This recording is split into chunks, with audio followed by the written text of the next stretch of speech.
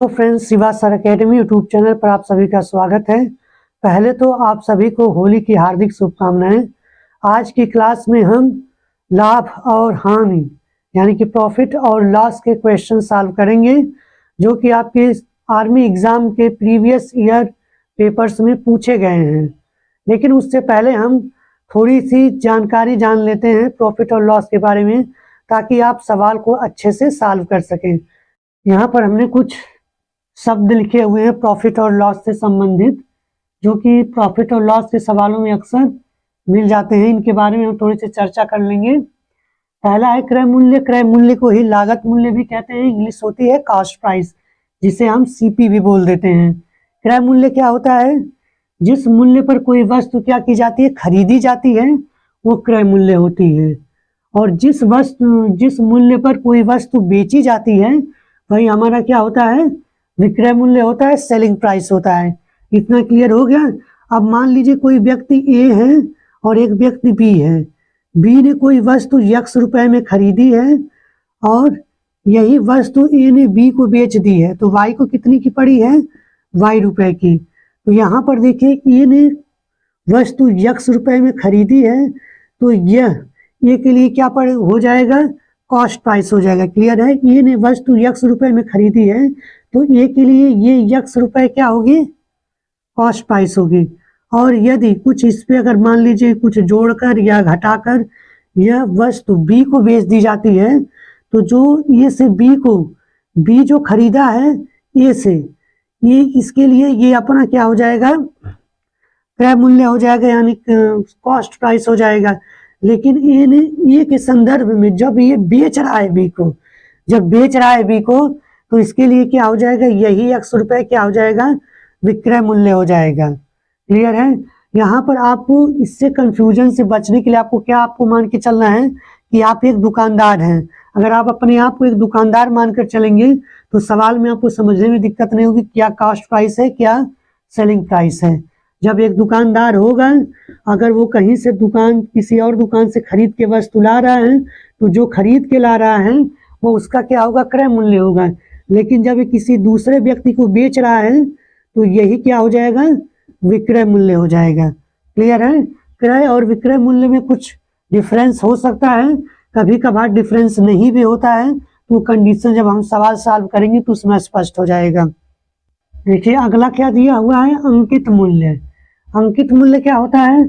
कोई वस्तु होती है, हम बाजार से कोई वस्तु खरीदने जाते हैं, तो कोई जो वस्तु होती है उस पर जो उसका प्रिंटेड वैल्यू होती है, यानी कि जो प्रिंट किया हुआ दाम होता है, जो प्रिंटेड प्राइस होता है, इसको प्रिंटेड प्राइस भी बोल सकते हैं आप अंकित मूल्य को, वही आपका क्या होता है? अंकित मूल्य होता है। अब अंकित मूल्य का संदर्भ समझेंगे क्या कैसे होता है। मान लीजिए दुकानदार कोई ए दुकानदार है और बी कोई ग्राहक है। इतना क्लियर है? यहाँ पे कोई वस्तु है, इसकी जो प्रिंटेड प्राइस है या मार्क प्राइस यानी जो अंकित मूल्य है, कुछ रुपए होता है। तो अब ये दुकानदार क्या करता है? या तो अंकित मूल्य पर बेच देगा, तो जब अंकित मूल्य पर ही बेच देगा तो बी के लिए वो क्या हो जाएगा? कॉस्ट प्राइस हो जाएगा। क्लियर है? डायरेक्ट वही उसके लिए कॉस्ट प्राइस हो जाएगा, अगर और वही जो है सेलिंग प्राइस भी बनेगा। किसके संदर्भ में? ये बेच रहा है तो ए के लिए वो क्या होगा? सेलिंग प्राइस होगा। बी खरीद रहा है तो जितने में खरीद रहा है वो बी के लिए क्या हो जाएगा? कॉस्ट प्राइस हो जाएगा। अब मान लीजिए अंकित मूल्य पर अगर कोई छूट दे देता है, तो जो छूट देता है उसके बाद जो मूल्य आता है वही आपका क्या होता है? सेलिंग प्राइस होता है, या तो मार्केट प्राइस यानी बाजार मूल्य भी वही होता है। तो यहाँ पर क्या होता है? बाजार मूल्य और सेलिंग प्राइस दोनों एक ही होती है। किस संदर्भ में बाजार मूल्य का यूज किया जाता है? जब अंकित मूल्य के बारे में कुछ कहा हो तो हम सेलिंग प्राइस को ही क्या बोलते हैं? बाजार मूल्य भी बोल देते हैं। और यही बाजार मूल्य जब कोई बी ग्राहक खरीदता है तो यही उसकी कॉस्ट प्राइस होती है, और जब ए उसे बेचता है तो यही क्या होती है? उसके लिए सेलिंग प्राइस होती है या बाजार मूल्य होती है। क्लियर है? आगे देखिए लाभ और हानि के बारे में जान लेते हैं। लाभ क्या चीज होती है? लाभ बराबर होता है प्रॉफिट बराबर SP माइनस CP, यानी कि selling price minus cost price. देखिए किसी व्यक्ति को लाभ कब होगा, जब वह जितने में वस्तु खरीदा है उससे ज्यादा में बेचेगा, तभी उसको क्या होगा, लाभ होगा। तो इस कंडीशन में इसे कैसे याद रखेंगे, जो लाभ होगा, लाभ की कंडीशन में हमेशा जो सेलिंग प्राइस होगा यानी कि जो बेचा गया मूल्य होगा वो ज्यादा होगा। तो इस तरह से आप इसको लाभ को याद रख सकते हैं कि प्रॉफिट में जो सेलिंग प्राइस होगा वो ज्यादा होगा और कास्ट प्राइस इसमें से घटाया जाएगा। इसी तरह हानि में क्या होती है, हानि में आप जितने की वस्तु खरीदे होते हैं उससे कम में बेचते हैं। तो इस कंडीशन में क्या होता है, जो कास्ट प्राइस होता है वो ज्यादा होता है। तो आप हानि की कंडीशन में याद रखेंगे कॉस्ट प्राइस ज्यादा होता है, इसलिए पहले उसको रखेंगे और जो बेचा गया मूल्य होगा वो सेलिंग प्राइस को बाद में रखेंगे। और इसी कंडीशन में जो छूट होती है, छूट हमें तो हमेशा किस पर दी जाती है, अंकित मूल्य पर दी जाती है। तो छूट क्या होती है, मार्क प्राइस यानी अंकित मूल्य माइनस सेलिंग प्राइस, यानी कि जो बेचा गया दाम है उसको घटा देते हैं तो हमको क्या मिलती है, डिस्काउंट मिलती है। क्योंकि डिस्काउंट जब भी दी जाती है तो क्या करते हैं, जब हम अंकित मूल्य से किसी को कम में बेचते हैं तभी तो डिस्काउंट बनता है। तो इस कंडीशन में डिस्काउंट में जो बड़ा होगा वो क्या होगा, अंकित मूल्य होगा, इसीलिए अंकित मूल्य में से हम क्या करते हैं, सेलिंग प्राइस हटाते हैं। ध्यान रहे अभी हमने बताया है, बार बार कंफ्यूज नहीं होना है। यही सेलिंग प्राइस जो है ये किस कंडीशन में सेलिंग प्राइस लिया जा रहा है, क्योंकि ये दुकानदार की नज़रों में है तो ये सेलिंग प्राइस लिखा जा रहा है। लेकिन अगर ये ग्राहक की नज़र में होता तो ये एचपी क्या कहलाता है, सीपी कॉस्ट प्राइस बनने लगता है। लेकिन इसीलिए हमने आपसे पहले भी बता दिया है कि जब भी आप इस सवालों को सॉल्व करेंगे तो एक ग्राहक की नज़र से नहीं, आप एक दुकानदार की नज़र से अपना अंकित मूल्य, बाजार मूल्य, विक्रय मूल्य, क्रय मूल्य डिसाइड करेंगे तो आपको कोई प्रॉब्लम नहीं आएगी। अब हम प्रॉफिट लॉस और डिस्काउंट परसेंट के बारे में जान लेते हैं। यहाँ पे देखिए आपको फार्मूला रटने की ज़रूरत नहीं है, आपको जो इसका क्या होना चाहिए, एनालिसिस आना चाहिए कि प्रॉफिट क्या चीज़ होती है। प्रॉफिट क्या चीज़ होती है हमने पीछे बता चुका है, यहाँ पे क्या बताएंगे, प्रॉफिट परसेंट कैसे कैलकुलेट किया जाता है। तो जो प्रॉफिट परसेंट होता है वो प्रॉफिट बटे सीपी यानी कि क्रय मूल्य गुणे 100 होता है। हानि प्रतिशत जो होता है लॉस अपॉन सीपी यानी कि क्रय मूल्य गुणे 100 होता है। और डिस्काउंट में क्या होता है, डिस्काउंट बटे मार्क प्राइस यानी अंकित मूल्य गुणे 100 होता है। ये तो फार्मूला होता है, आपको बस यहाँ पे इतना याद रखना है कि जो लाभ और हानि होता है ये दोनों किस बेसिस पे कैलकुलेट किए जाते हैं। हमेशा क्या होते हैं, कॉस्ट प्राइस यानी कि क्रय मूल्य पर कैलकुलेट होता है, और डिस्काउंट जो हमेशा किस पर दिया जाता है, मार्क प्राइस पर। इसीलिए इसको जो परसेंट कैलकुलेट किया जाता है डिस्काउंट पर कैलकुलेट किया जाता है। यहाँ पर देखिए केवल प्रॉफिट और सीपी का अगर हम 100 को भूल जाते हैं तो यहाँ से क्या निकल के आता है, ये जो है तुलनात्मक रूप से कंपैरिजन फॉर्म में क्या आ जाएगा, आपका लाभ जो भी है प्रॉफिट लॉस और डिस्काउंट आ जाएगा। तो इसको क्या कहते हैं, जब हमको परसेंट में बदलना होता है तो हम इसमें क्या करते हैं, 100 से गुणा कर देते हैं। तो जनरली जब भी आप प्रॉफिट और लॉस के सवाल परसेंट के बेसिस पे जो भी सवाल आते हैं उसको सॉल्व करते हैं तो आपको हमेशा क्या मिलता है, 25% का लॉस हुआ है, 25% का प्रॉफिट हुआ है। तो ये सब क्या दिया होता है, ये परसेंट में बदल कर दिया होता है। और अगर हम इसी को क्या करते हैं, रेशियो फॉर्म में बदलते हैं तो यही चीज़ आपको मिलती है। क्लियर है, अगर मान लीजिए 25% का अगर हमको प्रॉफिट हो रहा है तो इसका मतलब क्या हो जाएगा, 1/4 इसका रेशियो में बदल दिया हमने, तो इसका मतलब क्या हो गया, ये चीज़ यही मिल रही है। अगर और सीधे आप लोगों को ये भी पता होना चाहिए कि किसी भी भिन्न को बदलने के लिए परसेंट में हम किसका गुणा करते हैं, 100 का गुणा करते हैं, तभी ये 25% हुआ। अगर हम यहाँ से तुलना कर दें पहले फार्मूले से तो ये आप एक क्या बनेगा, यहाँ पर अगर 100 को बाहर कर देते हैं तो यही एक आपका क्या होगा, प्रॉफिट होगा, और यही 4 आपका क्या बनेगा, कॉस्ट प्राइस बनेगा।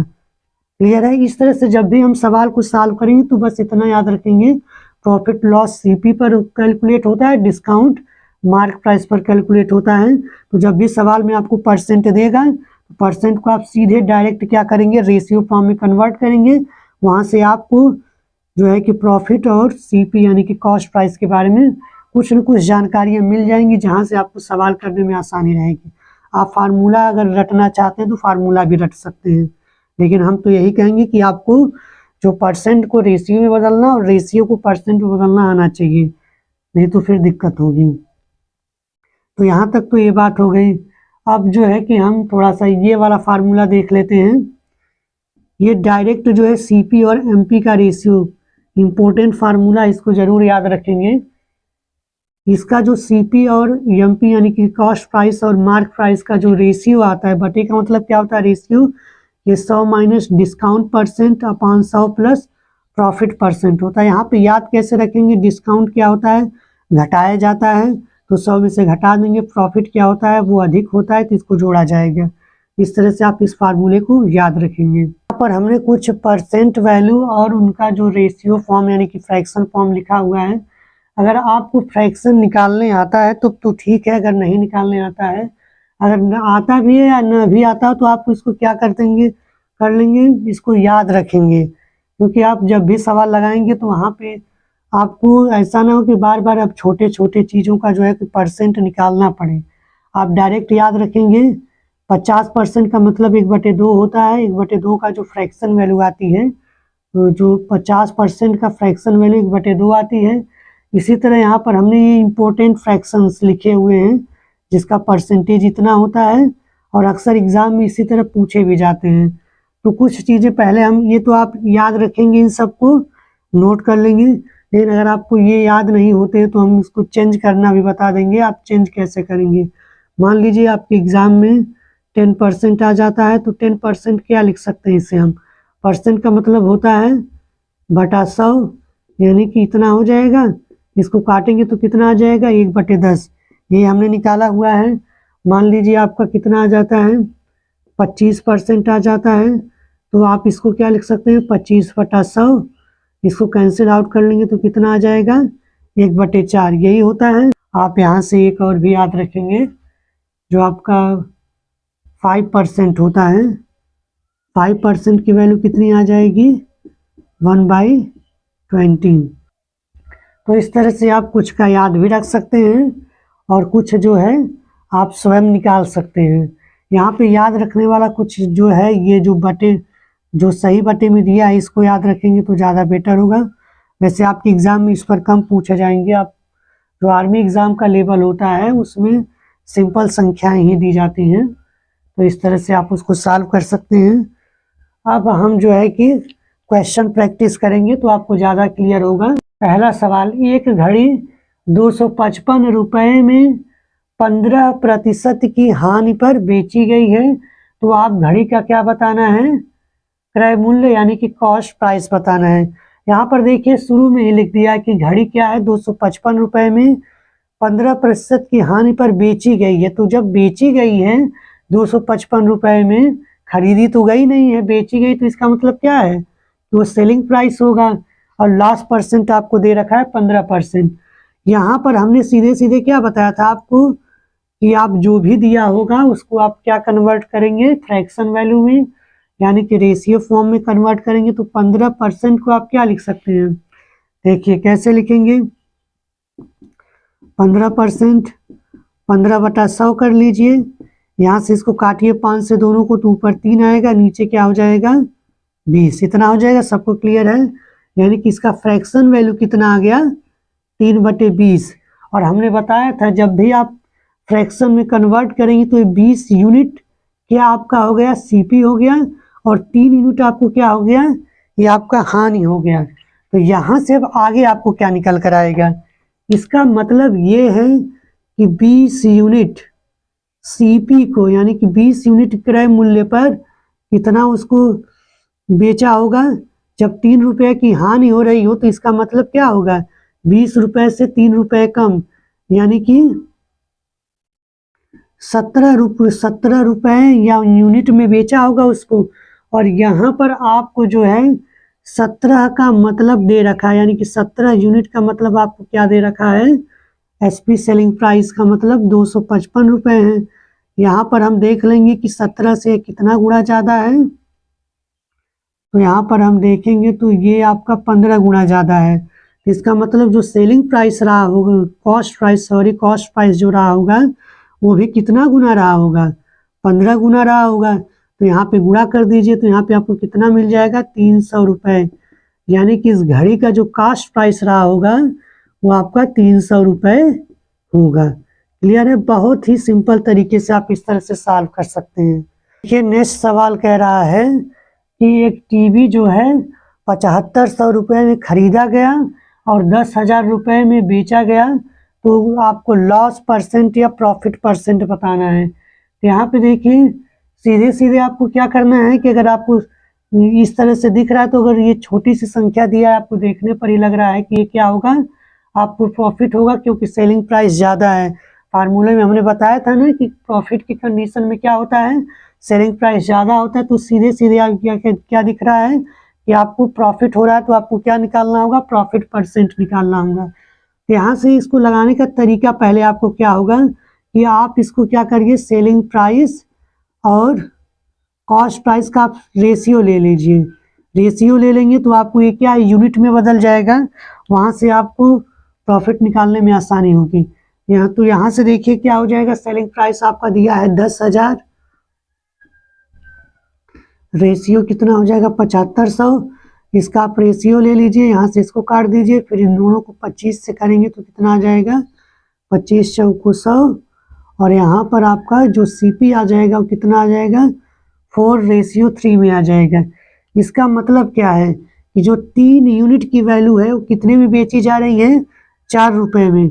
तो प्रॉफिट कितने का हो गया, +1, यानी 1 रुपया ही तो अधिक में बेच रहा है, यानी 3 यूनिट की वस्तु को 4 यूनिट में बेच रहा है, यानी कि 1 यूनिट का क्या हो रहा है, उसका प्रॉफिट हो रहा है। तो यहाँ से आप क्या कर सकते हैं, तो आपका पता ही है जो आपका प्रॉफिट का जो रेशियो होता है क्या होता है, प्रॉफिट अपॉन क्या होता है, प्रॉफिट अपॉन सीपी होता है, कॉस्ट प्राइस होता है। तो यहाँ पे आपका क्या हो जाएगा, जो रेशियो आएगा वो कितना आएगा 1/3।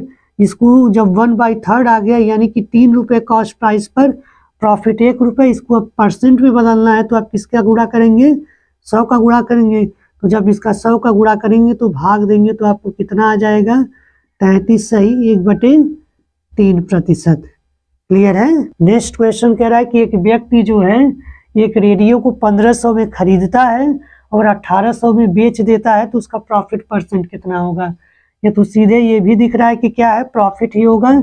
यहाँ से आपका क्या है, सीपी दिया हुआ है रेडियो का 1500 रुपये, और जो सेलिंग प्राइस आपको दिया हुआ है, बेचा गया मूल्य आपको दे रखा है 1800 रुपये। तो आप सीधे क्या करेंगे, संख्या आपको बड़ी दिख रही है, कैलकुलेशन करने में दिक्कत होगी, तो आप क्या कर सकते हैं, तुरंत इसका आप क्या कर लीजिए, रेशियो ले लीजिए। रेशियो कैसे लेंगे, selling price ratio cost price, इसका रेशियो ले लेंगे तो ये कितना हो जाएगा, यहाँ से सेलिंग प्राइस आपका 1800 रेशियो, और यहाँ पर कितना है 1500। यहाँ से इसको काट देंगे, 3 से काटेंगे तो 3 छक्का 18 और 3 5 15। इसका मतलब क्या हो रहा है, 5 यूनिट की वैल्यू, जो 5 यूनिट की वस्तु है, यही कॉस्ट प्राइस पीछे वाला है, यानी कि 5 यूनिट की जो कॉस्ट प्राइस की जो वस्तु थी उसको कितने में बेचा गया है, 6 रुपये में बेचा गया है। 5 रुपये की वस्तु 6 रुपये में बेचा गया है, तो इसका मतलब कितने का लाभ हो रहा है, 1 रुपये का लाभ हो रहा है। क्लियर है? और जब हम लाभ को किस पे कैलकुलेट करते हैं, हमेशा सीपी पर कैलकुलेट करते हैं। सीपी आपका 5 है, प्रॉफिट आपका 1 है, 1/5 को परसेंट में बदलने के लिए आप क्या करेंगे, 100 का गुणा करेंगे। चूंकि प्रॉफिट हो रहा है ना, तो जो परसेंट में बदलेगा आपका क्या आएगा, प्रॉफिट परसेंट आएगा। यानी कि प्रॉफिट परसेंट कितना हो जाएगा, यहाँ से इसको करेंगे तो काट दीजिए, तो काट पीट के कुल कितना आ जाएगा, 20% का आपका प्रॉफिट आ जाएगा। क्लियर है? इसी तरह एक और सवाल है जिसमें दिया हुआ है एक वस्तु को जो है 200 रुपये में खरीदा गया। एक वस्तु को जो 200 रुपये में खरीदा गया, इसका मतलब सीपी कितना दिया हुआ है 200 रुपये, और उसे 198 रुपये में बेचा गया, यानी कि सेलिंग प्राइस कितना है 198 रुपये है। क्लियर है? तो आपको बताना है कि लॉस परसेंट कितना होगा। तो इसको भी आप क्या कर लीजिए, सीधे आप रेशियो में कन्वर्ट कर लीजिए, अनुपात ले लीजिए, यानी कि सेलिंग प्राइस, या तो आप ऐसे भी लिख सकते हैं, अनुपात जैसे भी लिया जाए। कॉस्ट प्राइस और सेलिंग प्राइस का जो रेशियो आएगा वो कितना हो जाएगा, 200 रेशियो 198। इसको आप काट कर छोटा कर लीजिए, कितना हो जाएगा, इसको यहाँ से आप कैंसिल आउट करेंगे तो यहाँ 100, और यहाँ पर कितना आ जाएगा दोनों हटाए नहीं कि 99 आ जाएगा, यानी कि 100 रेशियो कितना आ गया, 99 आ गया। अब देखिए इसका मतलब क्या है, सीपी आपका 100 रुपया है, सेलिंग प्राइस आपका 99 रुपया, इसका मतलब 100 रुपये की वस्तु 99 में बेची जा रही है। तो कितने का घाटा हो रहा है, -1 रुपये का, -1 रुपये का हो रहा है। इसका मतलब क्या हो गया, 100 रुपये की वस्तु 99 में बेचने पर 1 रुपये का क्या हो रहा है, आपको लॉस हो रहा है। तो लॉस परसेंट कितना हो जाएगा, लॉस परसेंट कॉस्ट प्राइस पर कैलकुलेट होता है। कॉस्ट प्राइस क्या है आपका 100 रुपया, और जो आपको हानि दे रखा है वो 1 रुपया दिया है, इसको कन्वर्ट कर लीजिएगा, 1% आपका लॉस हो जाएगा। नेक्स्ट क्वेश्चन देखेंगे। नेक्स्ट क्वेश्चन कह रहा है, एक व्यापारी है जो अपने किसी वस्तु का जो दाम है वो लागत मूल्य से 20% अधिक लिखता है। कितना परसेंट अधिक लिखता है, 20% अधिक लिखता है, और वह अपने ग्राहकों को कुछ छूट देता है। छूट देने के बाद जो है उसको 8% का क्या हो रहा है, प्रॉफिट हो रहा है। तो आपको बताना है कि उसने जो छूट दिया था वो छूट कितने परसेंट का दिया था। तो चलिए देखते हैं। यहाँ पर छोटी सी बात समझने वाली है, प्रतिशतता अगर आपको क्लियर होगी तो आप समझ जाएंगे। यहाँ पर कह रहा है लागत मूल्य से 20% अधिक है। किससे अधिक है, लागत मूल्य से अधिक है। तो जब लागत मूल्य से अधिक है 20%, तो इसका मतलब क्या हो जाएगा, इसको अगर हम कन्वर्ट करते हैं रेशियो में तो इसका क्या मतलब होता है, 1/5। यहाँ से ये हो गया कि अगर उसका जो कॉस्ट प्राइस रहा होगा, लागत मूल्य अगर सीपी 5 यूनिट रहा होगा, तो उसने कितना अंकित कर दिया है, 1 रुपया बढ़ाकर अंकित कर दिया। 20% ज़्यादा बढ़ाने का मतलब क्या होता है, 5 रुपये पर 1 रुपया बढ़ाकर, यानी कि उसका जो मार्केट प्राइस, मार्क प्राइस है, अंकित मूल्य है, वो कितना रुपया कर दिया है, 6 यूनिट के बराबर कर दिया है। इतनी बात सबको क्लियर है। दूसरी कंडीशन में ये कह रहा है कि इस कंडीशन में जब ये बेच रहा है मार्क प्राइस पर कुछ छूट दे रहा है, छूट देने के बाद जो उसको कितने परसेंट का प्रॉफिट हो रहा है, 8% का प्रॉफिट हो रहा है। 8% को अगर हम कन्वर्ट करेंगे तो ये आपका कितना आ जाएगा, 8/100। इसको कन्वर्ट कर लीजिए, फिर एक बार काट लीजिए तो कितना हो जाएगा, 2/25। क्लियर है। यानी कि अब यहाँ से ये क्या बनकर आ गया कि 25, ये कॉस्ट प्राइस है और ये प्रॉफिट है 2 रुपये, यानी कि 25 रुपये की वस्तु, यानी 25 रुपये की वस्तु कितने में बेच रहा है, 27 रुपये में बेच रहा है। क्लियर है। यानी कि ये आपकी इस कंडीशन में सीपी है और ये आपकी इस कंडीशन में क्या है, सेलिंग प्राइस है। तो आप बड़ी छूट परसेंट बताना है। तो यहाँ पे देखिए दोनों की अगर हम तुलना करें, वस्तु तो एक ही है, तो दोनों की जो लागत होनी चाहिए वो तो सेम होनी चाहिए ना। भले ही वो 8% का प्रॉफिट पा रहा है तो लागत पर ही कैलकुलेट हुआ होगा, लेकिन यहाँ पे यूनिट में आपको देख रहे हैं डिफरेंस दिख रहा है। तो जब भी आप यूनिट में बदलकर सवाल को सॉल्व करेंगे तो जो सेम चीज़ें होंगी उसकी यूनिट सेम होनी चाहिए। तो अगर इसको हमको सीपी देखिए, यहाँ 5 यहाँ 25 है, तो यहाँ पे कितने का गुणा कर देंगे, 5 का गुणा कर देंगे दोनों साइड, तो यूनिट सबकी सेम हो जाएगी। तो यहाँ से जो आपकी नई यूनिट बनकर आएगी, समतुल्य यूनिट कितनी आ जाएगी, 25 सीपी हो जाएगी, और यहाँ से ये 30 क्या हो जाएगी, आपकी मार्क प्राइस हो जाएगी। अब देखिए छूट में हमने क्या बताया था, छूट हमेशा क्या होती है, मार्क प्राइस पर कैलकुलेट होती है, और छूट की कंडीशन में मार्क प्राइस अधिक होता है, सेलिंग प्राइस कम होता है। यानी कि यहाँ पे किस मान की बात हम करेंगे, इसकी बात करेंगे। तो यहाँ से आपकी टोटल छूट कितनी आ जाएगी, यानी जो 30 रुपये की वस्तु है उसको कितने में बेच रहा है, 27 रुपये में। तो आपकी जो डिस्काउंट कितने का हो गया, 3 रुपये का ही हो गया ना। डिस्काउंट कितने का हो गया, 3 रुपये का। अब इसको आपको क्या करना है, परसेंट में कन्वर्ट करना है। तो डिस्काउंट परसेंट क्या हो जाएगा, हमेशा मार्क प्राइस पर कैलकुलेट होता है, तो ये नीचे 30 हो जाएगा, यही मार्क प्राइस है आपका, और ऊपर क्या हो जाएगा, डिस्काउंट गुणे 100। इसको कैलकुलेट कर लेंगे तो आपको टोटल कितना आ जाएगा, 10%। यानी कि जो उसने छूट दे रखी थी बढ़ाने के बाद, यानी दाम बढ़ाने के बाद जो छूट दे रखी वो कितने परसेंट की थी, 10% की थी। क्लियर है। तो आज की क्लास हम यहीं पर समाप्त करते हैं। आज की क्लास में हमने जो है प्रॉफिट और लॉस पर आधारित कुछ टाइप के सवालों को सॉल्व किया है। नेक्स्ट टाइप के जितने भी सवाल होंगे हम उसको नेक्स्ट क्लास में सॉल्व करेंगे। और आप लोगों को एक छोटी सी जानकारी दे देते हैं कि जो है कि शिवा सर शाम को 9 बजे रोजाना लाइव आते हैं, तो एक प्रैक्टिस सेट लेकर, तो उसको आप लोग जरूर देखिए। वहां से आप लोगों को प्रैक्टिस करने के लिए सवाल मिल जाया करेंगे। इस क्लास में हम केवल क्या करेंगे, चैप्टर वाइज मैथ के और रीजनिंग के भी हम इसी कंसेप्ट के साथ क्लास लाएंगे। तो आप लोग जो है कि इस चैनल को सब्सक्राइब कर लीजिएगा और बेल आइकन को भी प्रेस करके उसे एक्टिव कर लेंगे, ताकि आप लोगों को जितने भी रिकॉर्डेड क्लासेस होती हैं जो बेसिक कंसेप्ट के साथ आपको बताई जाती हैं, उसको आप लोगों को नोटिफिकेशन पहुंच जाया करेगा, जिससे आपकी जो तैयारी है वो अच्छे से हो सकेगी। तो मिलते हैं अगली वीडियो में।